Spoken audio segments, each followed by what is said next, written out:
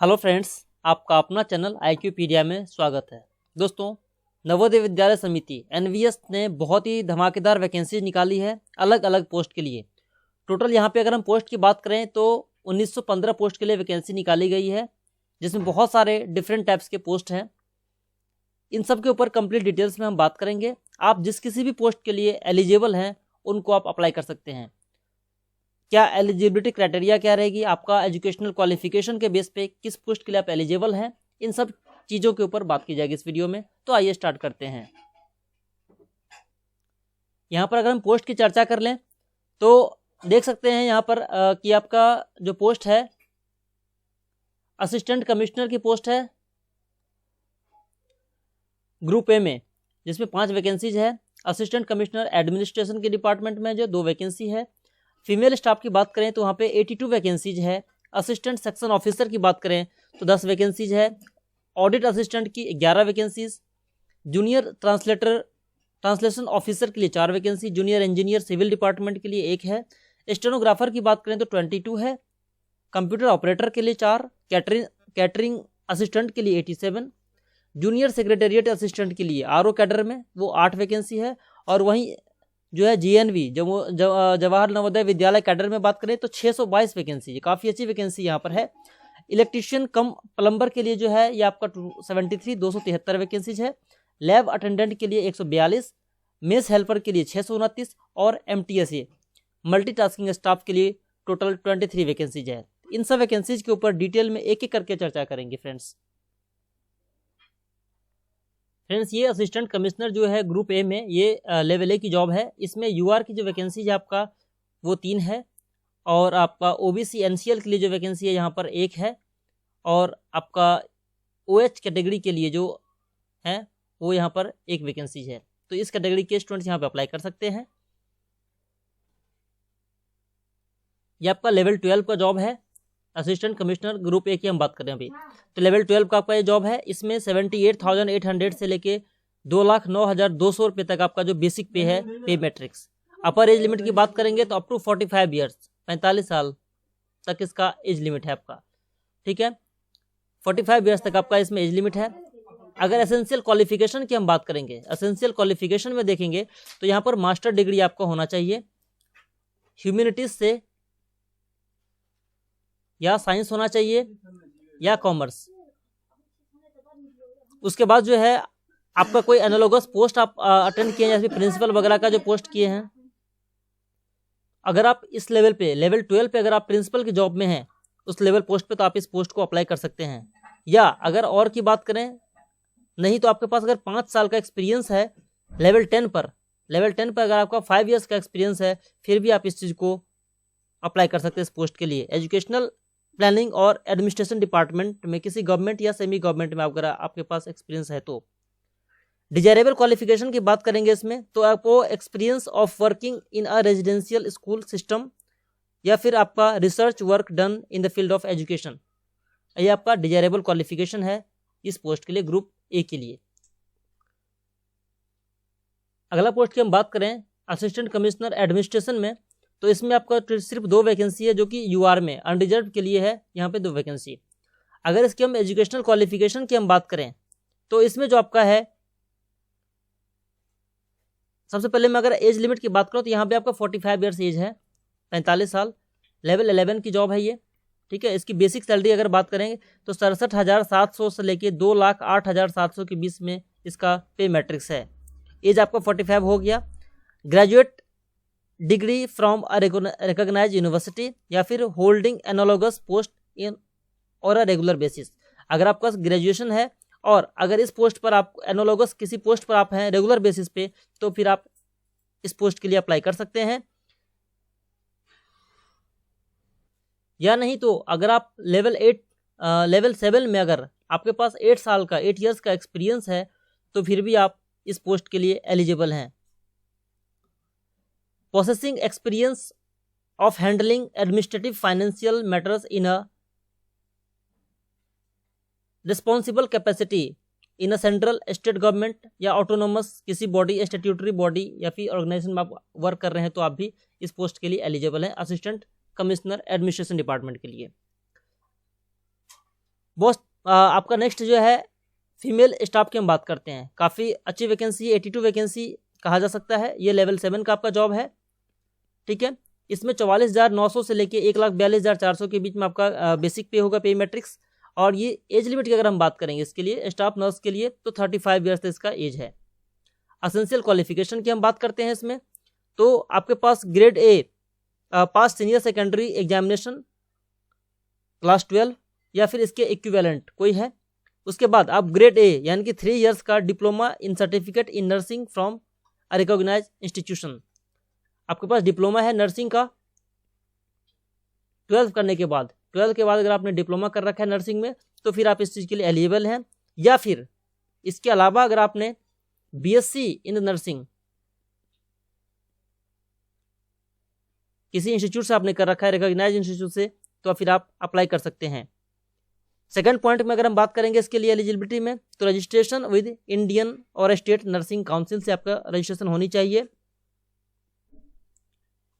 या state nursing council से, ठीक है। Practical experience of 2 years in a hospital और क्लिनिक, आपके पास 2 साल का 2 इयर्स का एक्सपीरियंस होना चाहिए, तो फिर आप इस चीज़ के लिए एलिजिबल होंगे। डिजायरेबल क्वालिफिकेशन, अगर आपके पास वर्किंग नॉलेज ऑफ हिंदी और रीजनल लैंग्वेज एंड इंग्लिश अगर है तो फिर आपको प्रेफरेंस दिया जाएगा। अगला पोस्ट है असिस्टेंट सेक्शन ऑफिसर, ये पोस्ट कोड 4 है और इसकी पे लेवल जो है लेवल 6 का जॉब है ये, ठीक है। एज लिमिट की अगर हम बात करेंगे इसके लिए, तो 18 से लेके 18 टू 30 ईयर्स, 18 से 30 साल तक इसका एज लिमिट है।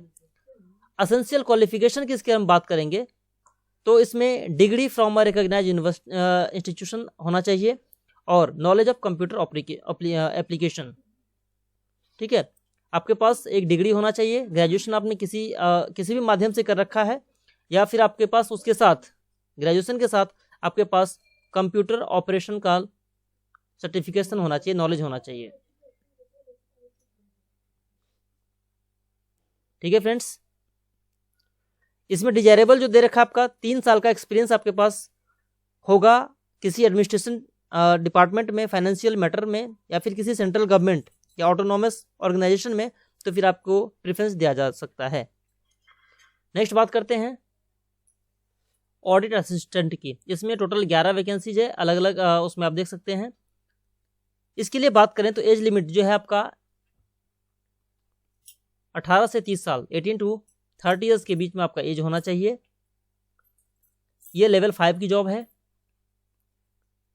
अगर इसकी एसेंशियल क्वालिफिकेशन की बात करें तो आपका बीकॉम होना चाहिए, बैचलर इन कॉमर्स, फिर आप अप्लाई कर सकते हैं। डिजायरेबल में आपके पास 3 साल का अगर आपके पास एक्सपीरियंस है अकाउंट डिपार्टमेंट से, अकाउंट वर्क से, तो फिर आपको प्रेफरेंस दिया जाएगा। वहीं बात करें जूनियर ट्रांसलेशन ऑफिसर की, इसमें सिर्फ 4 वैकेंसीज हैं। एज लिमिट यहाँ पर जो है आपके पास 32 साल क्रॉस नहीं करना चाहिए, अप टू 32 ईयर्स तक आप अप्लाई कर सकते हैं। लेवल 6 की जॉब है ये। और आपके पास master degree of a recognised university in Hindi with English as a compulsory और इलेक्टिव सब्जेक्ट और as a medium of examination at the degree level, ये सब्जेक्ट आपके पास होना चाहिए। या फिर आपके पास master degree of a recognised university in English with Hindi as a compulsory और इलेक्टिव सब्जेक्ट्स और as the medium of examination at the degree level, ये होना चाहिए। आपके पास एजुकेशनल क्वालिफिकेशन यहाँ दिया हुआ है। जूनियर इंजीनियर सिविल में सिर्फ एक वैकेंसी है यहाँ पर, ठीक है। आप अगर पास डिग्री है आपके पास सिविल इंजीनियरिंग की, तो फिर आप इसके लिए अप्लाई कर सकते हैं।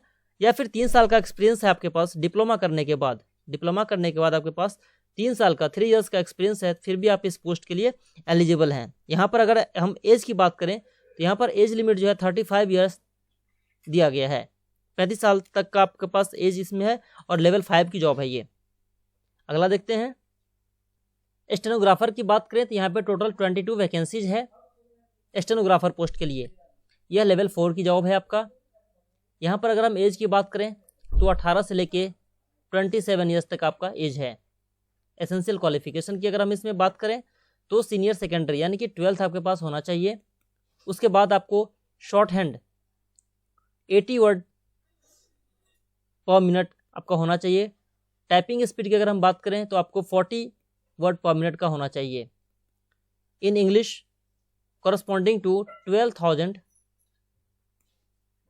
कीवर्ड पर आवर के हिसाब से, ठीक है। या फिर short hand speed of 60 word पर मिनट, अगर आपके पास इसके अलावा अगर हम बात करें और में, तो 60 वर्ड पर मिनट आपके पास होना चाहिए शॉर्ट हैंड का, और टाइपिंग आपके पास 30 का अगर आपके पास है, 30 वर्ड पर मिनट का, तो फिर भी आप एलिजिबल इस पोस्ट के लिए हैं।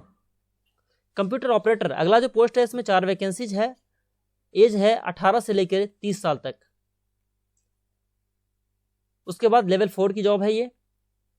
क्वालिफिकेशन की हम बात करें तो यहाँ पर आपको डिग्री होना चाहिए, अगर आपने बैचलर कर रखा है आप एलिजिबल हैं। उसके बाद जो है आपको skill in word processing and data entry with 1 year computer diploma from a recognised institution. Computer diploma आपके पास होना चाहिए 1 ईयर का, फिर आप इसके लिए एलिजिबल होंगे।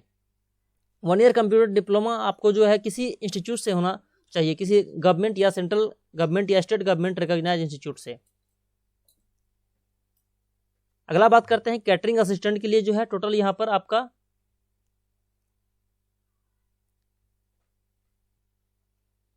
87 वैकेंसीज है। एज लिमिट यहाँ पर जो है 35 ईयर्स तक माना गया है। लेवल 4 की जॉब है ये। बाकी अगर हम इसकी क्वालिफिकेशन की बात करें तो आपके पास एजुकेशनल क्वालिफिकेशन में जो है यहाँ पर 10th होना चाहिए, 10वीं क्लास सेकेंडरी स्कूल आपने कर रखा है, और आपके पास 3 साल का डिप्लोमा होना चाहिए। कैटरिंग में जो है आपके पास 3 इयर्स का डिप्लोमा होनी चाहिए या उसके इक्विवेलेंट किसी इंस्टीट्यूट से, तो आप इसके लिए एलिजिबल होंगे। या फिर अगर आपने 12th कर रखा है, 12th करने के बाद आपने होटल मैनेजमेंट अगर आपने कोर्स कर रखा है तो फिर आप उसके लिए एलिजिबल होंगे। नेक्स्ट है आपका जूनियर सेक्रेटेरिएट असिस्टेंट की बात करें तो जूनियर सेक्रेटेरिएट असिस्टेंट में जो है आपका टोटल 8 वैकेंसीज है यहाँ पर। इसकी अगर हम एज की बात करें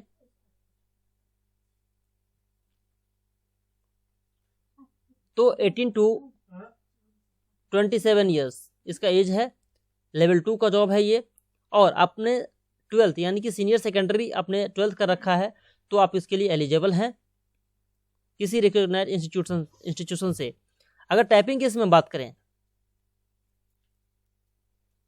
तो इंग्लिश टाइपिंग के लिए यहाँ पर कंडीशन है 30 वर्ड्स पर मिनट होनी चाहिए, और हिंदी टाइपिंग यहीं पर जो है आपका 25 वर्ड्स पर मिनट होनी चाहिए।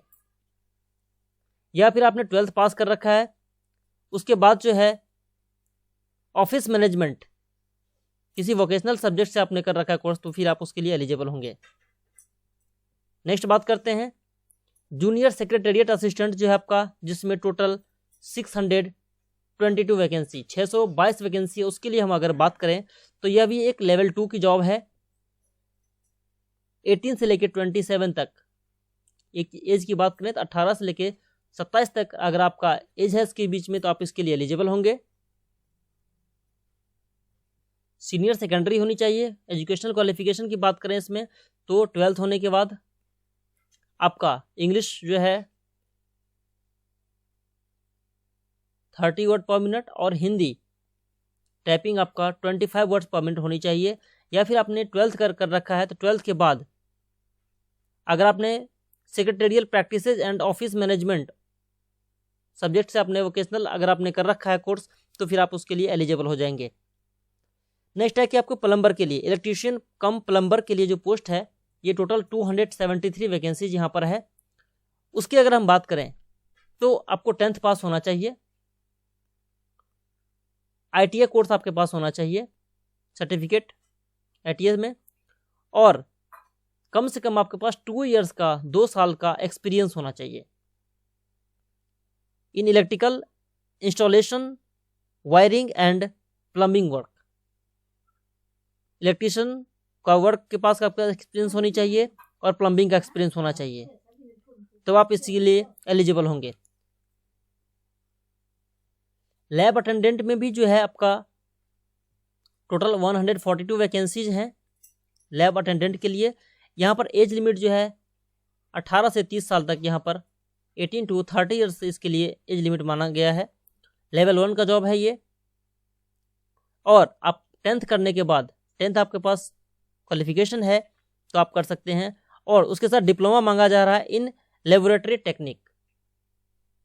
10th के साथ जो है डिप्लोमा इन लैब टेक्निक, या फिर आपने 12th कर रखा है तो 12th के बाद आप इसको अप्लाई कर सकते हैं, फिर आपको इसकी ज़रूरत नहीं पड़ेगी डिप्लोमा के लिए। 10th के साथ डिप्लोमा है, या फिर सिर्फ अगर आपने 12th कर रखा है तो डायरेक्ट आप इसको अप्लाई कर सकते हैं। नेक्स्ट आपका जो है ये मेस हेल्पर के लिए है। 629 वैकेंसीज है यहाँ पर टोटल। 18 से 30 साल तक इसका एज है, 18 to 30 ईयर्स। 10th क्लास इसका जो है क्वालिफिकेशन है, मैट्रिकुलेशन।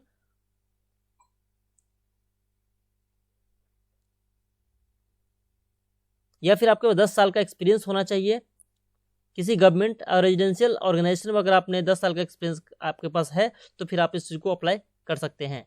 वहीं अगर हम बात करें एमटीएस के लिए, तो एमटीएस का जो है 18 से 30 साल तक इसका एज है, 18 to 30 ईयर्स एज होना चाहिए। उसके बाद लेवल 1 का जॉब है ये। और अगर हम एजुकेशनल क्वालिफिकेशन की बात करें तो ये आपको क्लास 10 यानी कि 10th क्लास आपने कर रखा है, और इस एज में अगर आप आते हैं तो आप डायरेक्टली इस चीज़ को अप्लाई कर सकते हैं। तो फ्रेंड्स, हमने यहाँ पर थोड़ा डिटेल्स में इसको देख लिया, एजुकेशन क्वालिफिकेशन, एज लिमिट और एलिजिबिलिटी क्राइटेरिया जो हैं। और आशा करता हूँ कि आपको इस सब वीडियोस से काफ़ी ज़्यादा हेल्प मिला होगा। आप अपने जिस पोस्ट के लिए एलिजिबल हैं काफ़ी ज़्यादा इससे हेल्प होगा। थैंक यू दोस्तों। जय हिंद, जय भारत।